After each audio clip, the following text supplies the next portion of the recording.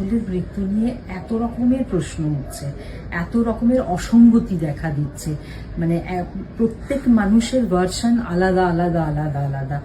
সেইটা কেন, মানে সেইটার একটা পূর্ণাঙ্গ তদন্ত আমরা চাই। আমাদের থেকেও ইম্পর্টেন্ট হচ্ছে রাহুলের মা যেন জানতে পারেন যে তার ছেলে কেন চলে গেল, কি কি ঘটনা ঘটেছিল, তার ছেলে কি সত্যিই শুটিং করছিল নাকি করছিল না, নাকি সে নিজেই চলে গেছিল।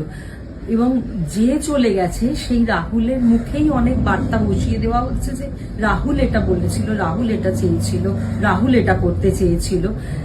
সেটাও আমরা জানতে চাই, কারণ আমরা তো একই প্রফেশনে আছি। এবং আপনারা জানেন যে আমাদের একটা অর্গানাইজেশন আছে আর্টিস্ট ফোরাম, সে আর্টিস্ট ফোরামও দায়িত্ব এড়াতে পারে না। আর্টিস্ট ফোরাম এবং আমরাও দায়িত্ব এড়াতে পারি না, কারণ আমরাই তো আর্টিস্ট ফোরাম। হ্যাঁ, মানে আমরাই তো আর্টিস্ট ফোরামের সদস্য। ফলে এমন কোনো কাউকে আমরা দোষারোপ করছি না, কারণ আমরাই তো আর্টিস্ট ফোরামের সদস্য। এটা তো আমাদের নিজেদের নিরাপত্তার জন্যই করতে হবে।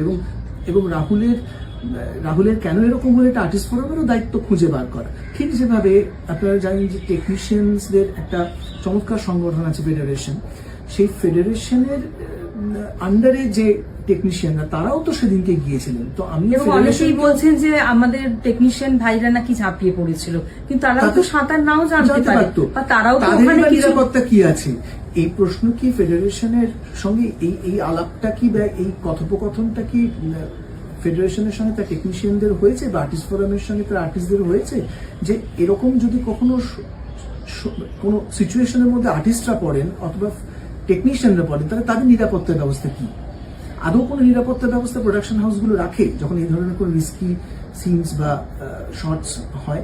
এরকম অনেক প্রশ্ন আছে। কারণ আমরা কিছু, যেহেতু আমরাও শিল্পী, আমরাও জানি যখন আমাদের যেতে বলা হয় আমরা জাস্ট চলে যাই।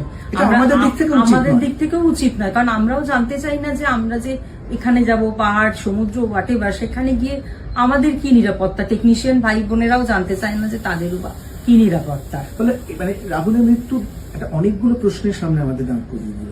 ফলে এটা আপনারাও ভুলবেন না, আমরাও ভুলবো না। আর এই প্রশ্নের উত্তরগুলো আমাদের দরকার। আর মানে মিডিয়ার ভূমিকা নিয়েও প্রশ্ন উঠেছে, বোঝা উচিত কোথায় একটা গিয়ে থামতে হবে, কোন ছবিটা আমরা দেখাবো, কোন ছবিটা দেখাবো না। কিছু মানুষ যারা একেবারে নিজেদেরকে বিজেপি আরএসএস বলে ঘোষণা করছে, হিন্দুত্ববাদী বলে ঘোষণা করছে, লজ্জা পাচ্ছে না একদম, তারা রাহুলের মৃত ছবিটার সাথে উল্লাস প্রকাশ করেছে।